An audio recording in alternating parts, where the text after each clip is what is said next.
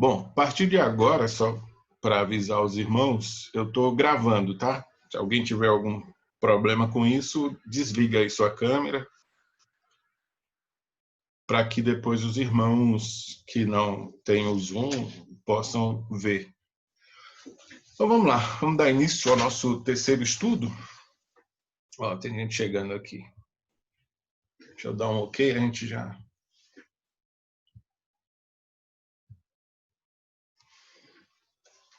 Certo, então vamos lá. Hoje nós vamos fazer o terceiro estudo da série Mente Cristã, tá bom?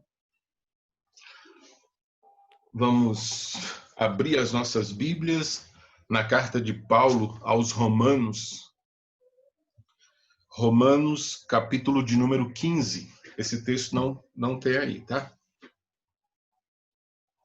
Romanos, capítulo 15. Eu vou ler a partir do verso 1.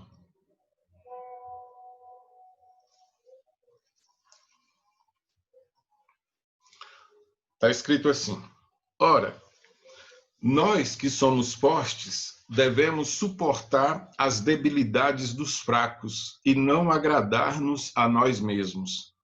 Portanto, cada um de nós agrade ao próximo no que é bom para edificação. Romanos, capítulo 15, os versos 1 e 2. A imitação de Cristo.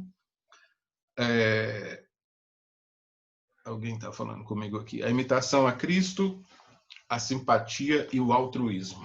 Tá bom. Com esse texto, nós iniciamos o nosso estudo. Vamos orar? Pedir ao Senhor Deus que nos abençoe. Eu vou pedir ao irmão Ellison, lá de Manaus, que ligue o microfone e faça uma oração, irmão. Pode ser? Você me ouve bem?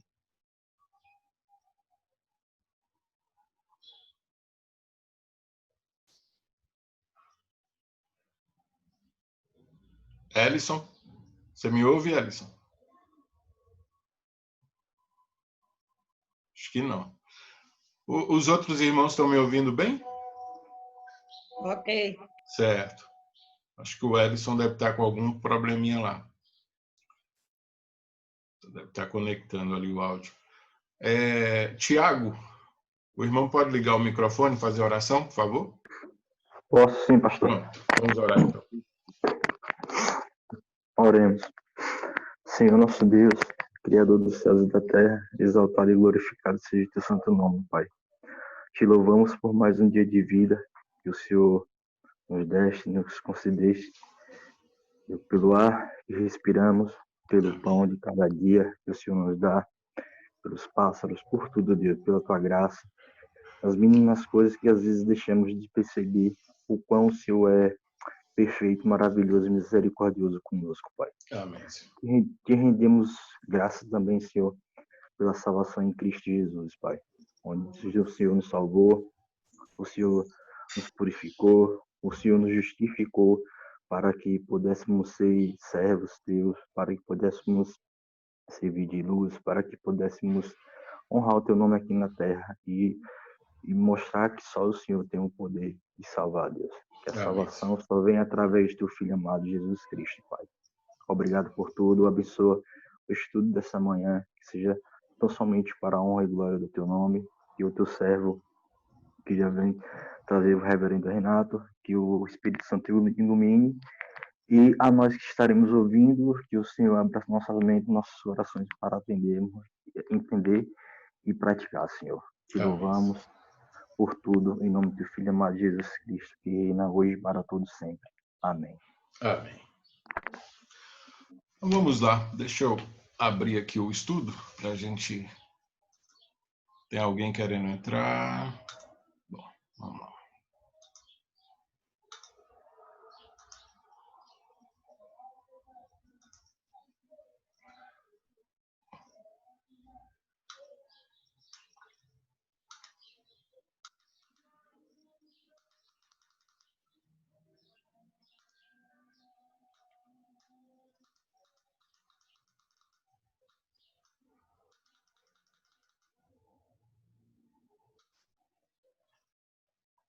Pronto.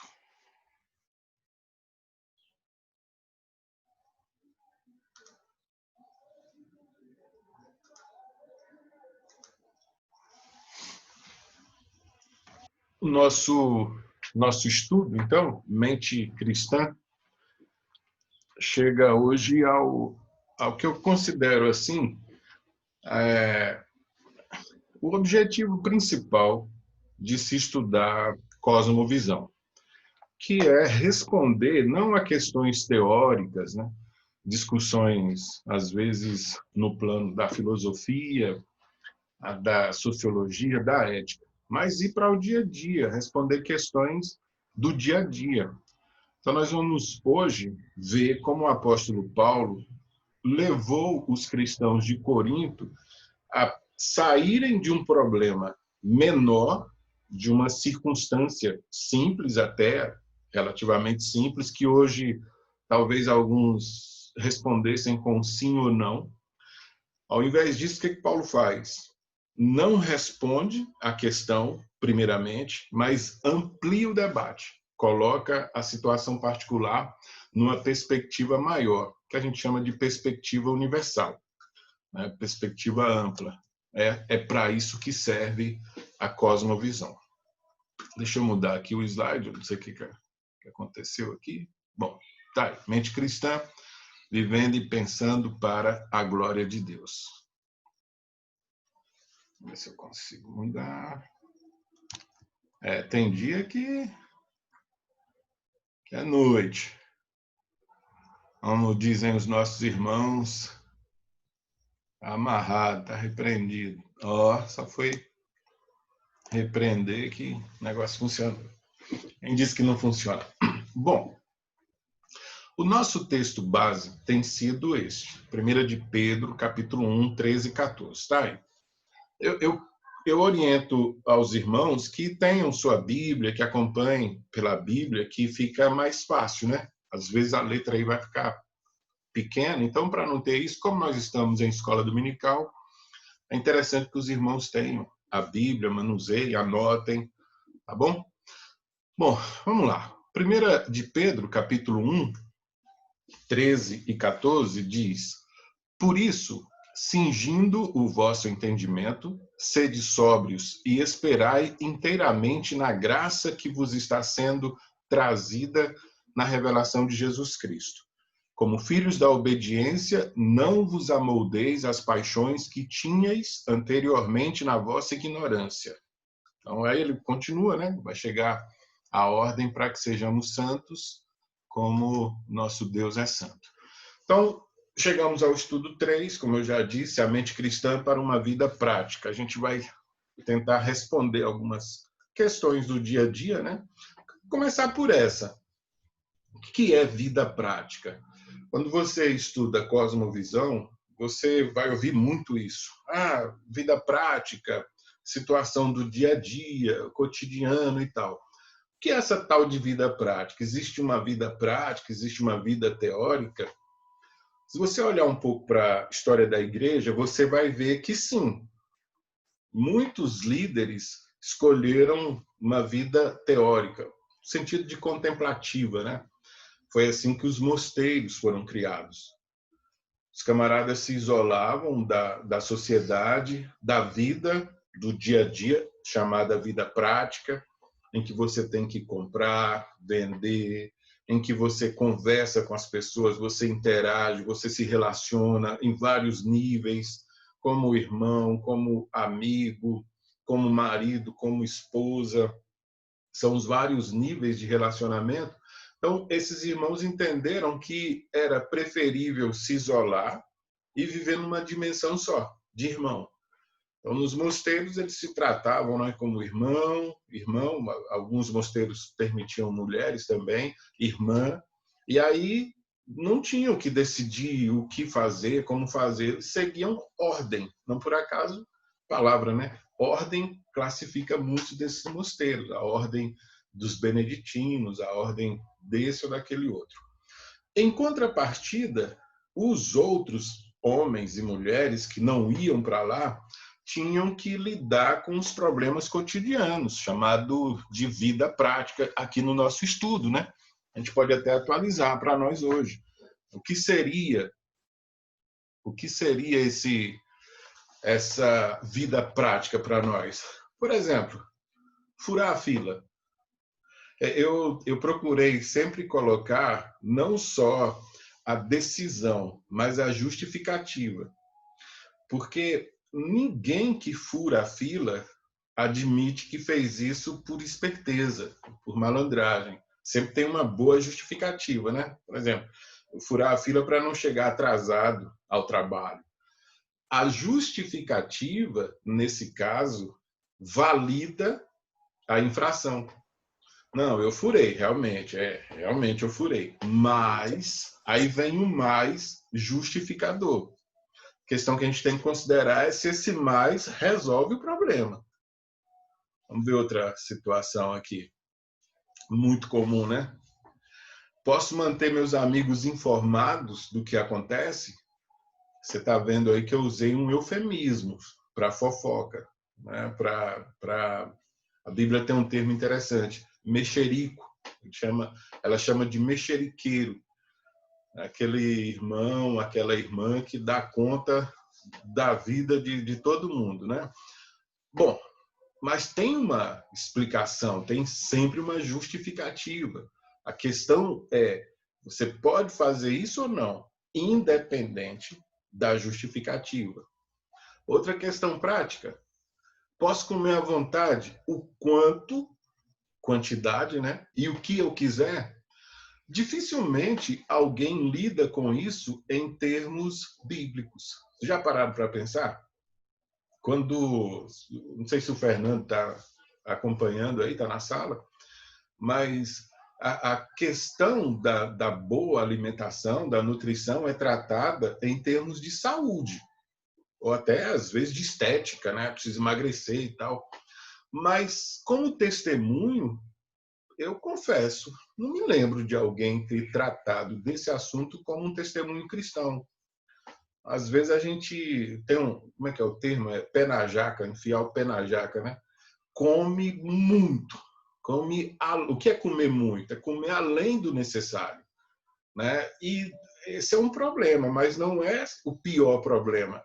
Talvez o pior nem seja comer tanto, mas seja o que a gente come. E é interessante porque esse é um tema discutido na Bíblia. Você vê que no Antigo Testamento você tem uma dieta. Você vai dizer assim, porque eles estavam no deserto e tal. Mas muitas daquelas leis foram mantidas quando eles já estavam fora do deserto, já estavam plantados na sua cidade, no seu país. Então Deus se preocupou com o que comer e Deus se preocupou com o quanto. Como você sabe, a Bíblia considera como pecado a glutonaria. Mas, calma, a gente vai construir uma forma de pensar para responder essas questões. Bom, outra coisa interessante aí, né? Posso emprestar dinheiro a juros? Se eu parasse a frase aí, a resposta provavelmente de um cristão seria não. Mas aí, quando vê a justificativa, só para ajudar, aí a gente já começa a pensar, realmente, às vezes, alguém precisa, né? Você pega a teologia medieval, católica, digamos assim, havia uma rejeição à prática do juro. E havia uma das explicações, eu considero muito interessante. Cobrar juros era considerado errado, por quê? Porque, vamos lá, eu empresto R$100 ao Misael e ele vai me pagar daqui a 30 dias R$120. Então, os teólogos raciocinavam, esses R$20 de juros, ele está pagando por quê? Pelo tempo que ele usou esse dinheiro. Mas a quem pertence o tempo? Como é que eu posso cobrar por algo que não é meu? O tempo pertence a Deus. Por esse raciocínio, havia condenação a quem emprestava dinheiro a juros. Você não pode. Se você tiver outra justificativa, por exemplo, é que eu emprestei para que ele comprasse um produto e esse produto custa 100, agora custa 120, então é justo que ele me devolva esses 20, ou enfim. Mas cobrar juros simplesmente, né? Juro a 10%, a 20%, a 30% por mês, de quem é o mês? Quem pertence o tempo? Esse era um raciocínio lá, tá? Não estou estabelecendo já como norma, só estou falando que era um raciocínio.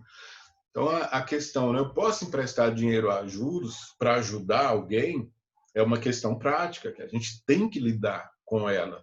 Agora, a gente tem que lidar como cristão, e esse é o nosso desafio. É lidar de modo cristão com problemas do dia a dia, sabe? Lidar de modo cristão com a doutrina da justificação é uma coisa. Você ir para uma escola dominical, um estudo como esse, discutir livre-arbítrio, porque o Santo Agostinho dizia isso, fulano dizia aquilo e tal. Teorizar é uma coisa. Mas e no dia a dia? Usar uma palavra muito querida pelo pessoal aí da universidade hoje, né? Principalmente na área de humanas, no chão da vida, no chão da escola. Quando você tem que decidir se aceita ou não algo errado, ainda que tenha uma boa justificativa. Então, o desafio para mim, para você como cristão, é lidar com problemas complexos ou simples, teóricos ou práticos, não importa, sempre de modo cristão, sempre de forma coerente. Bom, os coríntios apresentaram para o apóstolo Paulo um problema prático. E qual era o problema? Era esse daí, ó. Um cristão pode processar outro cristão? Você vai encontrar isso lá em 1 Coríntios, capítulo 6. Eu tenho esse texto aí projetado, mas pela questão da comodidade, se alguém quiser abrir a sua Bíblia. Então vamos ver como o apóstolo Paulo trata essa questão, né? E na forma como o apóstolo Paulo trata essa questão, nós vamos ter um padrão, um paradigma para procedermos com outras questões práticas também. Vamos lá. Paulo está tratando, a partir de agora, o que a gente vai ler é a forma como Paulo responde a essa questão. Se um cristão pode processar outro cristão. Está escrito assim, a partir do verso 1, 1 aos Coríntios, capítulo 6. Aventura-se algum de vós, tendo questão contra outro, a submetê-lo a juízo perante os injustos e não perante os santos? Ou não sabeis que os santos hão de julgar o mundo? Ora, se o mundo deverá ser julgado por vós, sois acaso indignos de julgar as coisas mínimas? Não sabeis que havemos de julgar os próprios anjos, quanto mais as coisas desta vida? Entretanto, vós, quando tendes a julgar negócios terrenos, constituís um tribunal daqueles que não têm nenhuma aceitação na igreja. Para vergonha vos digo, não há, porventura, nem ao menos um sábio entre vós que possa julgar no meio da irmandade? Mas irá um irmão a juízo contra outro irmão, e isto perante incrédulos. O só existir entre vós demandas já é completa derrota para vós outros. Por que não sofreis antes a injustiça? Por que não sofreis antes o dano? Mas vós mesmos fazeis a injustiça e fazeis o dano, e isto aos próprios irmãos. Ou não sabeis que os injustos não herdarão o reino de Deus? Não vos enganeis. Eu faço um parênteses aqui, né? Eu acho difícil, quase impossível, mas se algum ministro do Supremo ou algum ativista tiver, por acaso, zapeando aí e encontrar, vou deixar bem claro que, por enquanto, eu só estou lendo a Bíblia, tá? Eu vou continuar no verso 9. Ou não sabeis que os injustos não herdarão o reino de Deus?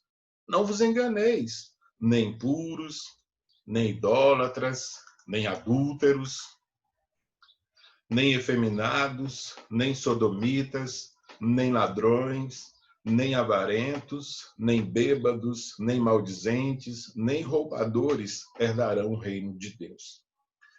Tais fostes alguns de vós, mas vós vos lavastes, mas fostes santificados, mas fostes justificados em nome do Senhor Jesus Cristo e no Espírito do nosso Deus. Então, você ouviu, acompanhou a leitura do texto, você reparou nessa observação aí? Paulo não responde à pergunta: um cristão pode processar outro cristão? Ele poderia ter facilitado a nossa vida e ter dito, sim, pode. Ou então ter dito, não, um cristão não pode processar outro cristão. Eu já tive que lidar com essa questão várias vezes. Recentemente, até no nosso programa, né, de manhã, a Voz Protestante, alguém mandou essa pergunta e o reverendo Fred teve que responder. Porque é comum. Existem cristãos que são empregadores, existem cristãos que são empregados. E os conflitos acontecem. Mas é interessante que Paulo, eu volto ao estudo, não respondeu com sim ou não. O que ele fez? E essa é a forma cristã de pensar. A gente fala de uma mente cristã, pensando em cosmovisão, é isso que a gente tem que fazer. O apóstolo Paulo pega uma questão particular e observa, analisa, discute essa questão particular, se um cristão pode processar outro, à luz, e aí vem a palavra cosmovisão, cosmo, mundo, universo, à luz de toda a visão de mundo que nós devemos ter agora pelo Evangelho. Então, o que ele faz? Repare, ele diz assim no verso 7, o só existir entre vós demandas, brigas, um precisando de algo, um querendo algo, já é completa derrota para vós outros. Olha que noção interessante. Um irmão estava preocupado porque considerou-se lesado por outro. Irmão aqui não é sanguíneo, não. Claro, todo mundo sabe, mas é bom esclarecer, talvez alguma pessoa não tenha tanto contato com a Bíblia. Mas pode ser também. Só o texto se refere à relação de cristãos. Então, o irmão se sentiu lesado por outro e queria ir à justiça para ter o seu direito restabelecido, o que é plenamente legítimo, né? A justiça foi deixada por Deus, não vamos discutir essa seara aqui. Mas olha como Paulo chama aqueles irmãos a refletirem sobre aquele ponto, pensando de forma mais ampla. O que ele está dizendo? Olha, de fato há problemas. De fato, alguém está lesando alguém, alguém está usurpando, alguém está tomando o que não lhe pertence, está invadindo o direito do outro. Isso ele reconhece na palavra demanda. E aí ele diz assim, e esse irmão que está sofrendo esse prejuízo está lutando contra o irmão que o prejudica. Então também tem uma demanda. O que eu vejo disso, diria o apóstolo Paulo? Eu vejo uma derrota para o evangelho. E ele continua no verso 7. Interessante, né? Ele sai da esfera do usurpador e vem para a esfera daquele irmão que estava demandando por um direito. Ele diz assim, ó, por que não sofreis antes a injustiça? Por que não sofreis antes o dano?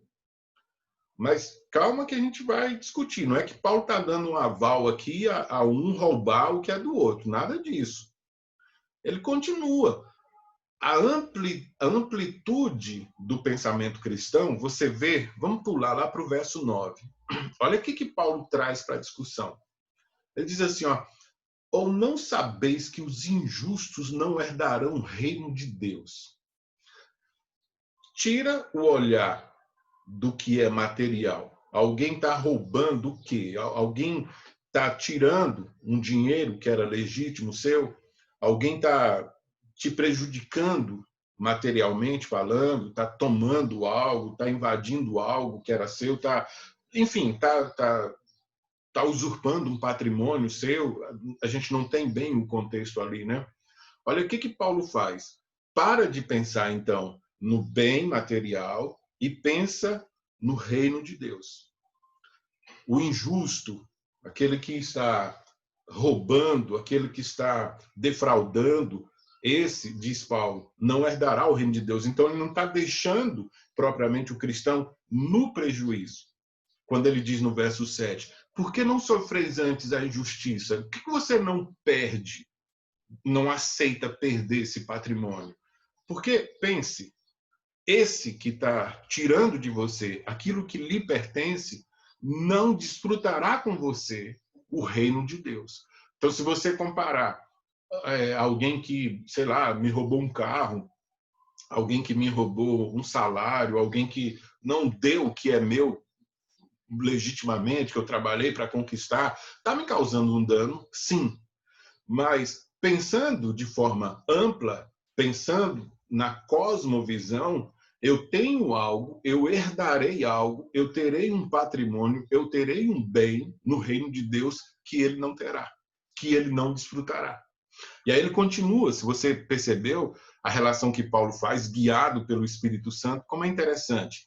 Ele diz, olha, não vos enganeis, estou lendo aí no verso 9, nem os impuros que defraudam outra pessoa, nem idólatras, nem adúlteros, nem efeminados, nem sodomitas, nem ladrões. Olha como Paulo sutilmente, né, inclui aí o motivo da demanda. Nem avarentos, se um estava demandando, né, alguma coisa do outro, porque alguém estava agindo com avareza, ou o prejudicado, ou aquele que estava prejudicando, num dos dois polos estava a avareza, ou nos dois. Nem bêbado, nem maldizentes, nem roubadores. Olha o que Paulo vai fazendo. Ele vai trazendo todos os pecados para chegar no último grau, respondendo à questão. Nem os roubadores herdarão o reino de Deus. Então, ele traz novamente a ideia de reino de Deus. Ele amplia a questão. Você percebeu como é que ele raciocinou? Porque se você ficar martelando na coisa em si, puxa, meu salário veio R$ 500 a menos, puxa, R$ 500 a menos, puxa. Tem gente que não dorme, tem gente que acaba a vida porque se sentiu prejudicado por R$ 500, por R$ 100. O valor aqui nem é tão importante, só estou concretizando deixando concreto, fica mais fácil pensar. Então, Paulo diz assim, olha, não precisa demandar sobre isso, sofra essa injustiça à luz do que você espera, à luz do que você vai herdar, que é certo que você herdará. Essa é a estrutura do pensamento baseado na cosmovisão.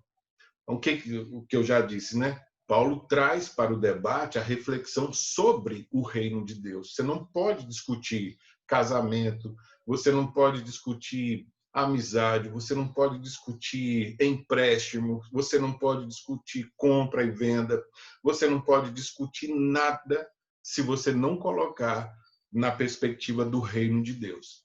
Veja aí Mateus 19, 27 a 29. Então lhe falou Pedro, eis que nós tudo deixamos e te seguimos. Que será, pois, de nós? A preocupação de Pedro. Eu tinha uma casa, tinha uma vida, eu era pescador, tinha o meu trabalho e tal, larguei tudo. E agora, o que vai ser de mim? Olha a resposta de Jesus. Jesus lhes respondeu, em verdade vos digo que vós, os que me seguistes, quando na regeneração, a palavra regeneração aí está apontando, né, lá para a segunda vinda de Cristo, enfim. O Filho do Homem se assentar no trono da sua glória. Veja, irmão, Pedro diz, olha, eu perdi tudo. Tudo o quê, Pedro? Eu perdi minha casa, eu perdi minha canoa, eu perdi minha rede de pescar. Pedro está pensando em termos materiais. Olha o que Jesus diz, quando o Filho do Homem se assentar no trono da sua glória, também vos assentareis em 12 tronos para julgar as 12 tribos de Israel. O que Jesus faz é o mesmo que Paulo fez. Sai do particular e vai para o amplo. E aí, agora, olha o verso 29, como é harmônica, né, a forma de pensar. E todo aquele que tiver deixado casas, irmãos, irmãs, ou pai, ou mãe, ou mulher, ou filhos, ou campos, por causa do meu nome, receberá muitas vezes mais e herdará a vida eterna. Eu não vou me alongar aqui, eu já preguei sobre esse texto não faz muito tempo. Mas o que Jesus faz? Pedro está pensando em termos materiais. Jesus responde a ele com o reino de Deus. Esse texto de Lucas 22 também é algo fantástico. Jesus falando a eles novamente. Assim como meu Pai me confiou um reino, eu vou-lo confio, para que comais e bebais a minha mesa no meu reino, e vos assentareis em tronos para julgar as 12 tribos de Israel. Quando você começa a pensar em termos bíblicos, né, do que você tem em Cristo Jesus, a questão que Paulo coloca, né, vale a pena brigar por isso? Quando eu tenho um prato à minha mesa, vale a pena ficar triste porque caiu um pedaço de carne no chão? É mais ou menos esse tipo de raciocínio.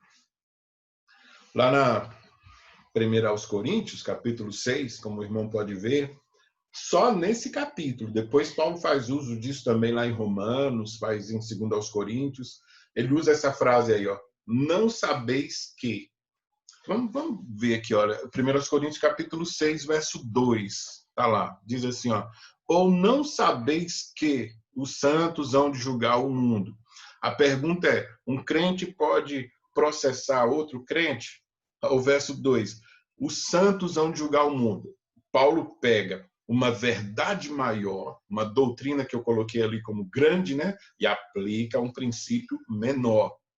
Ele faz isso de novo no verso 3, ele faz isso no verso 9, ele faz no verso 15. O verso 15 está no contexto da sensualidade. Todas as coisas me são lícitas e tal. Sensualidade aqui é a questão dos sentidos, da satisfação dos sentidos, né? Tanto pelo sexo quanto até pela comida. Olha o verso 13. Os alimentos são para o estômago e o estômago para os alimentos. Mas Deus destruirá tanto este como aquele. Então, ele está tratando já de um tema que eu já foquei aqui. Agora veja o verso 15. Não sabeis que, olha de novo a frase aí, os vossos corpos são membros de Cristo. Então, enquanto uma pessoa está pensando, mas eu posso comer muito, eu posso comer o que eu quiser, eu não sou glutão e não sei o quê.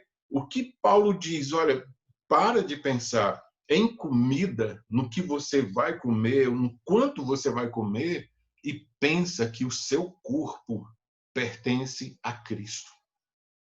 Então, por 6 vezes Paulo faz isso. Ele ensina os cristãos a pararem de pensar no particular, ficarem remoendo, porque eu perdi isso, porque eu estou sendo injustiçado, porque fulano é isso, fulano aquilo outro, e pense no que você tem dado por Deus, no maior. Essa é a forma cristã de você ter uma boa perspectiva para a vida. O cristão deve ter, portanto, uma perspectiva mais ampla. Essa é a ideia de cosmovisão bíblica. Então, a gente já começa a ir para as aplicações. Não precisamos de novas regras, senão nós vamos ter uma constituição ou uma lei brasileira. Surge um problema ou tem uma regra. Aí você tem uma regra que contraria uma regra anterior. Ou então uma interpretação de uma regra para um problema que a regra dizia que era do... Se o cristão começar com isso, o cristão vai chegar. Fica ligando para o pastor. Pastor, pode cortar o cabelo? Pastor, pode rapar o cabelo? Pastor, pode pintar o cabelo? Pastor, pode enrolar o cabelo? Meu irmão, você acha que de todos os problemas da vida, seu pastor está preocupado com o seu cabelo? Então tá bom, cabelo não. Pastor, pode beber Coca-Cola? Pastor, pode tomar vinho? Pastor, pode tomar cerveja? Pastor, pode tomar... Existem cristãos que precisam de regras. E existem igrejas que gostam de dar regras. Então, a senhora não pode usar saia com, 2 palmos, 3 palmos, começa a medir. Não pode usar isso, não pode fazer aquilo. Irmãos, nós não precisamos de novas regras, nem de regras, como está escrito aí, para cada situação. O que a gente precisa é pensar numa perspectiva cristã, pensar com uma cosmovisão cristã. E isso quem nos dá o Evangelho. Então, resumindo, a tese do apóstolo Paulo é: à luz do Evangelho, quando você pensa usando o Evangelho como referencial, a questão sobre a possibilidade de um cristão processar ou não a um irmão torna-se ridícula. Foi por isso que Paulo não respondeu com sim ou não. Paulo não autorizou, Paulo não proibiu. Paulo fez com que eles pensassem o seguinte: gente, é ridículo o que está acontecendo entre nós. Se você pensar como um cristão, você vai ver que muitas coisas que separam, né, ou que separam você de alguém, é ridículo. E é ridículo, e eu coloco no contexto certo, né? Que o problema é, como eu tenho ouvido muito, e eu gosto desse pensamento, eu sou responsável pelo que eu falo, você é responsável pelo que você entende. E é bom ter essa ressalva, porque, às vezes, quem está me ouvindo, digamos assim, de forma conveniente, interpreta favoravelmente a si. Tá vendo aí, ó, tá vendo? Tá vendo? Eu tô certo, fulano tá errado.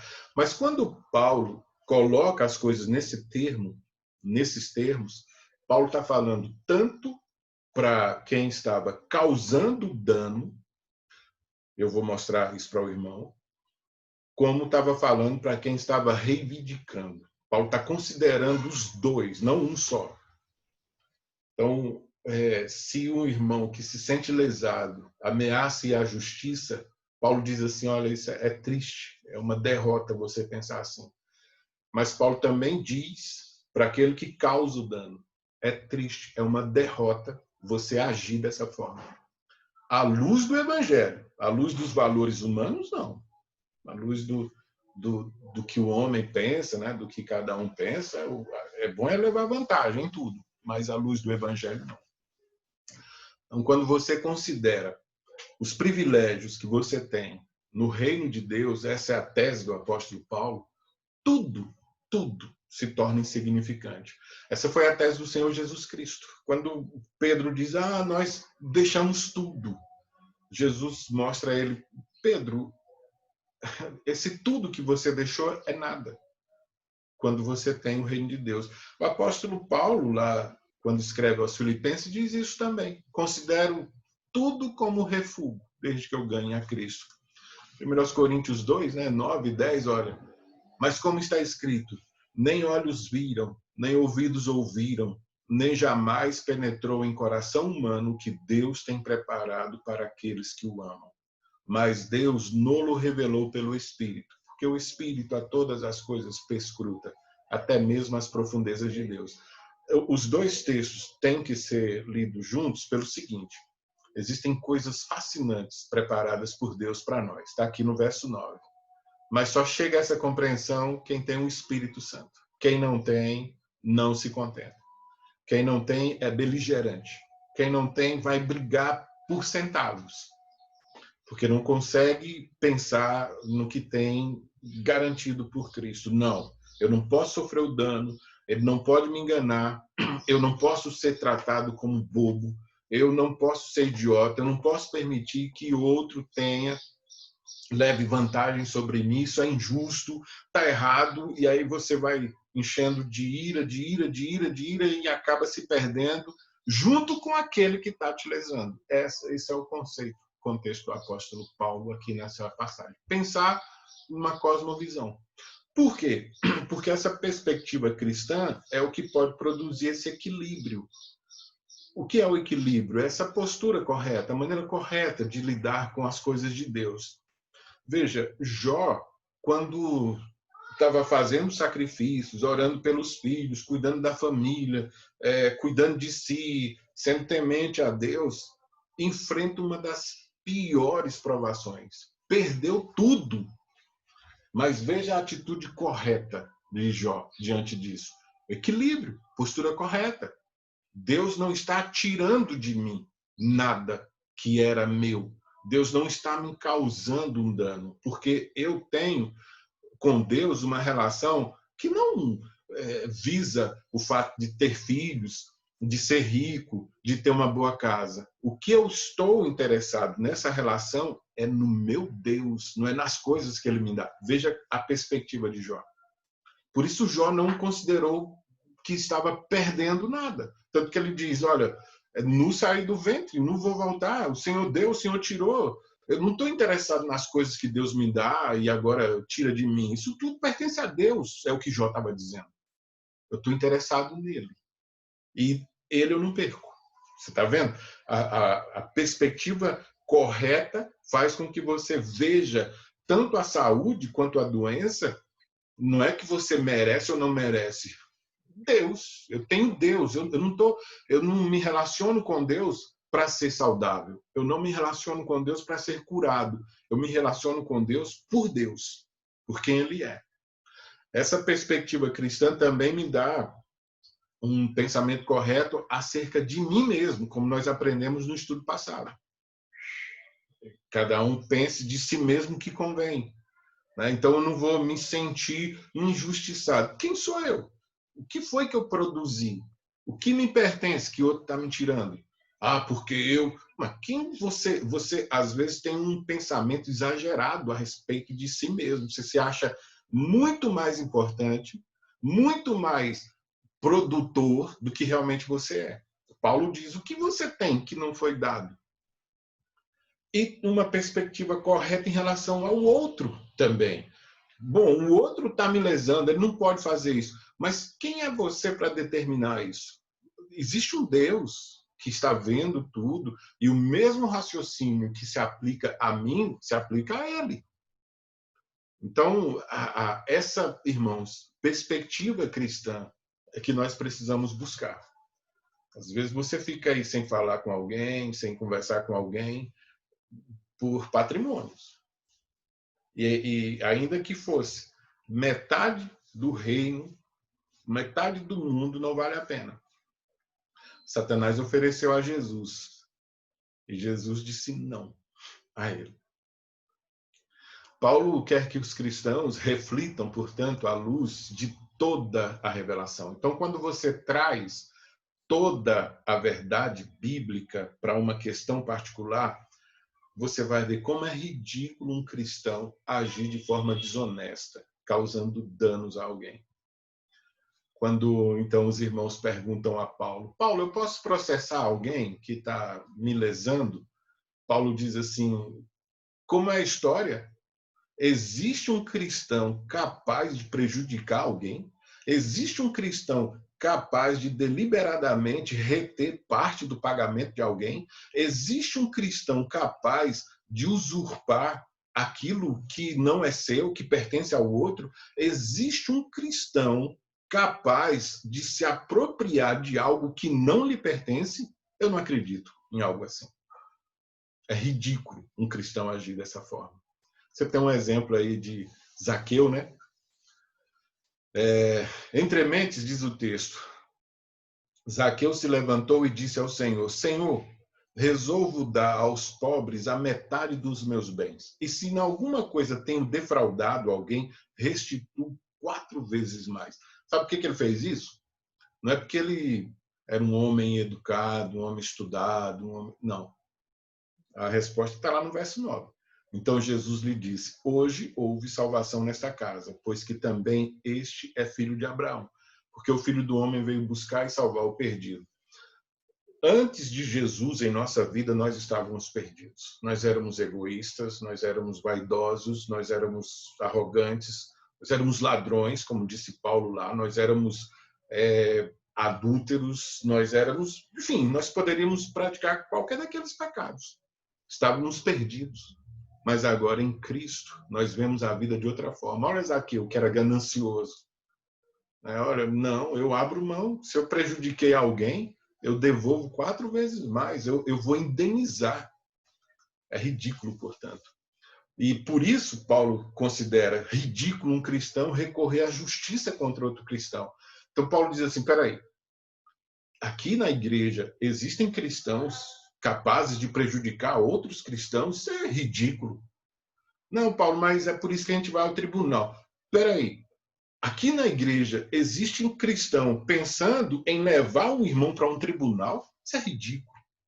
Veja como os dois polos são ridículos quando o evangelho é considerado. Vamos lá para o texto novamente. 1 Coríntios, capítulo 6, né? Aventura-se algum de vós, tendo questão contra outro, submetê-lo a juízo perante os injustos e não perante os santos? Olha a surpresa de Paulo. Verso 6. Mas irá um irmão a juízo contra outro irmão, isso perante incrédulos? E ele continua, verso 7.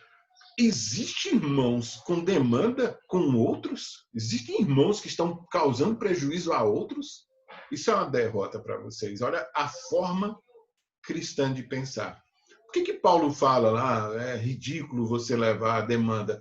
Porque os julgamentos na Grécia, no contexto deles, eram realizados na Ágora, a praça central. E era evidente, né? É uma pintura. Mas era assim, irmãos. Os casos eram expostos e julgados na assembleia, né? na eclesia, lá na Ágora reunida, e um irmão em demanda com o outro teria o seu caso julgado por pessoas que não pertenciam ao evangelho, estariam expondo. A pregação era que em Cristo somos um, mas na praça a realidade era, ele é um ladrão. Como assim? Você vê o absurdo? E não pense que hoje, porque a gente vai, sei lá, numa sala aí do júri e tal, é particular, o escândalo é o mesmo. Submeta uma causa, uma demanda sua a um juiz, a um, sei lá, um promotor, alguém, vai resolver. Você vai permitir. Ainda que o juiz seja cristão, ele tem que julgar de acordo com leis que, às vezes, não atendem às nossas expectativas. De novo, a questão não é sim ou não. A questão é você pensar mais amplo, né? É uma vergonha haver demanda entre cristãos. Veja, de novo, irmão, para você entender bem o ponto, eu já estou concluindo. Paulo, eu posso processar um outro cristão? A pergunta era simples. Paulo me diga, sim, eu vou processar. Não, eu não vou. Ao invés disso, na conclusão de Paulo, olha o que nós temos aí. É uma vergonha haver demanda, haver briga entre cristãos. É uma vergonha um cristão prejudicar outro, causar dano a outro.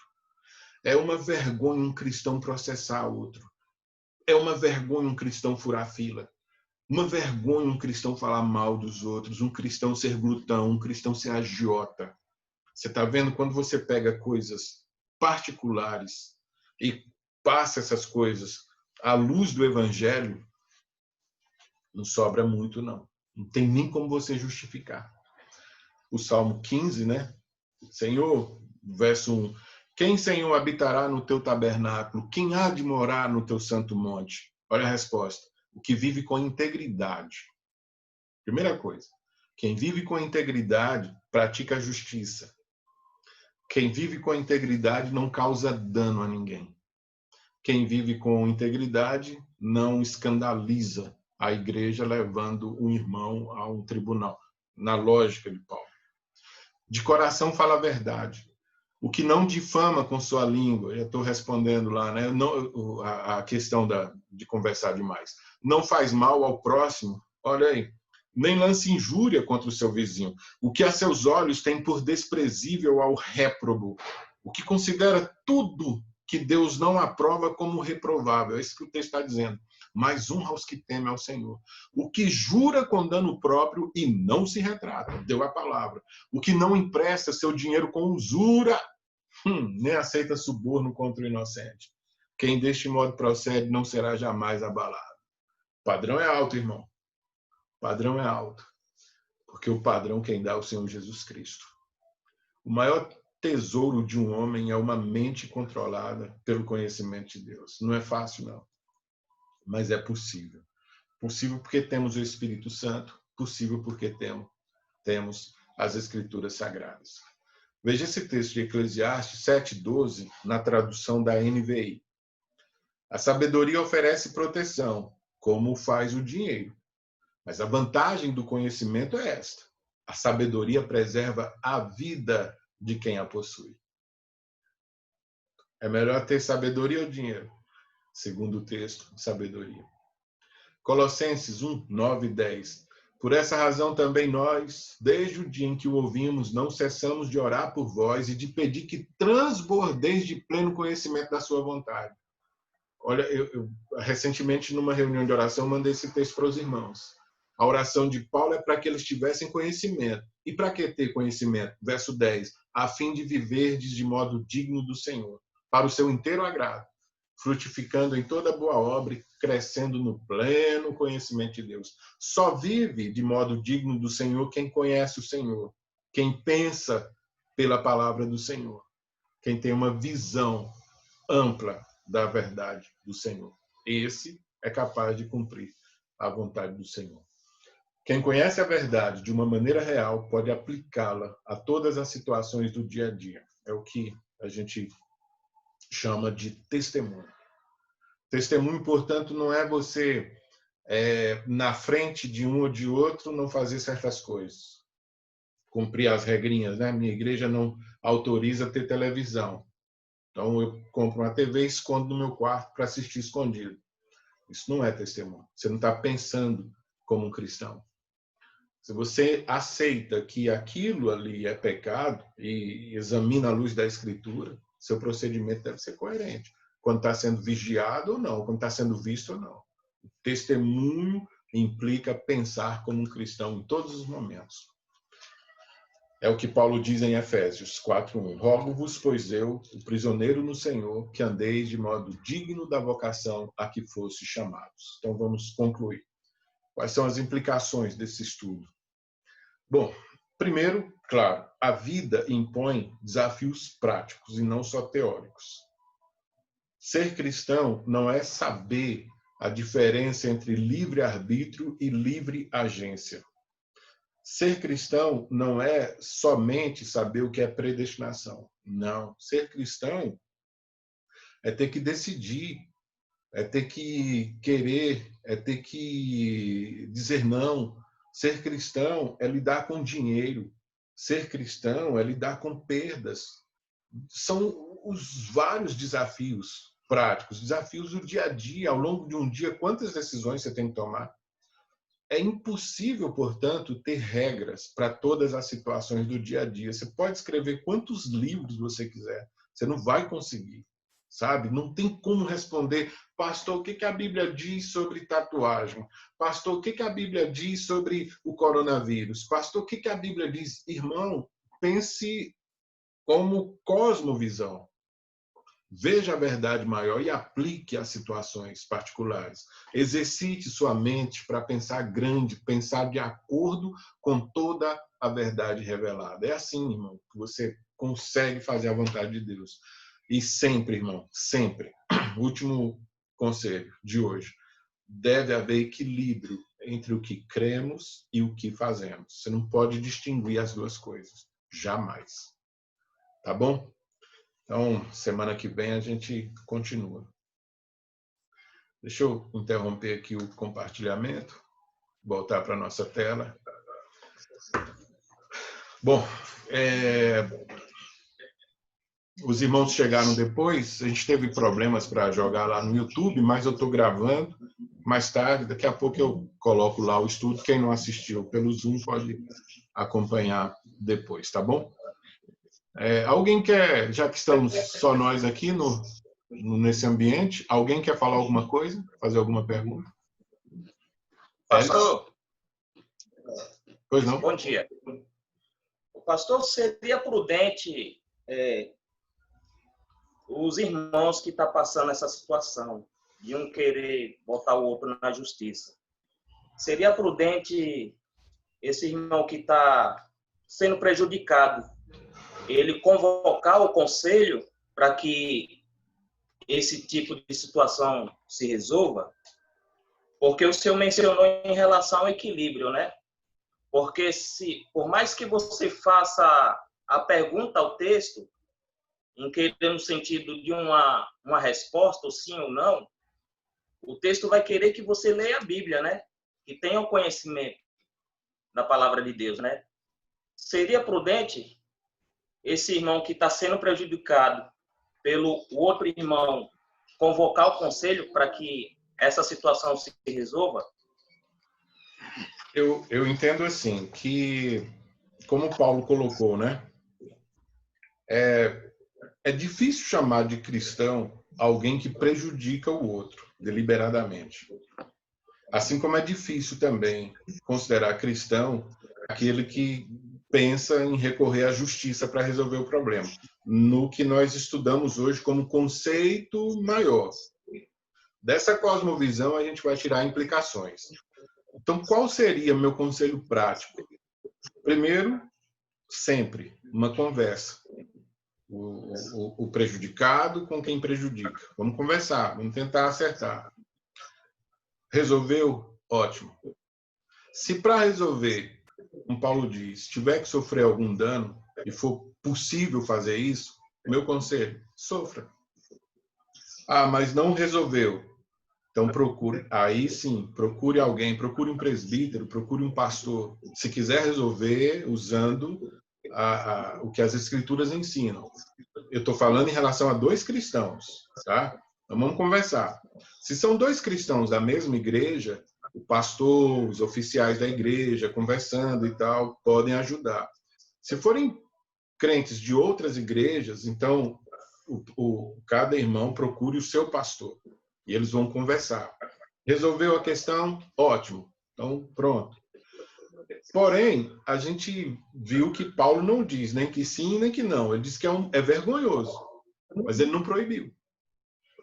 Acho que, em último caso, num extremo, no pior, mesmo raciocínio em relação ao divórcio, no último extremo, não deu, não foi possível, um irmão não consegue abrir mão, o outro também não, então, aí recorra à justiça, porque a justiça é um braço de Deus, nesse sentido. É a mesma coisa que eu falo para quem pensa em divórcio. O problema com o divórcio é que, para muitos, tem se tornado a primeira opção. Começa problema no casamento, já vou resolver, eu vou me divorciar. Não, peraí, vamos esgotar todas as opções. E se formos derrotados a ponto de não conseguirmos resolver o problema do divórcio com amor, com perdão, com aconselhamento e tudo, então a gente admite o fracasso e aí vamos para o divórcio. Não sei se eu respondi ao irmão. Então, eu entendo que tem que procurar, sim, primeiro o irmão. Converse os dois. Não resolveu? Chame seus líderes. Não resolveu? Aí você tem duas opções. Assuma o prejuízo. Se for impossível, se você assumir o prejuízo, vai prejudicar sua família, enfim, vai passar fome, não faça isso. Vá à justiça. De novo, Paulo não proibiu. Paulo só diz o seguinte, é triste, é uma vergonha que cristãos tenham que chegar a esse ponto. Mas se chegaram, deixe que a justiça decida. Certo, irmão? Certo. Tranquilo. Mais alguém, irmão? Pastor? Pois não? Eu não estava no meio, porque foi um pouco de correria aqui, mas eu estava assistindo. Quando o senhor falou sobre glutonarias e tal, eu achei bem interessante, porque tem uma implicação aqui que eu preciso fazer. Está dando para ouvir direitinho? Eu estou ouvindo, mas tem mais alguém com o microfone ligado aí, está dando. Mas eu estou ouvindo. É assim, uma implicação que eu gosto muito de fazer. Ô, Fernando, só um momentinho. Eu vou interromper a gravação. Acho que melhor, né?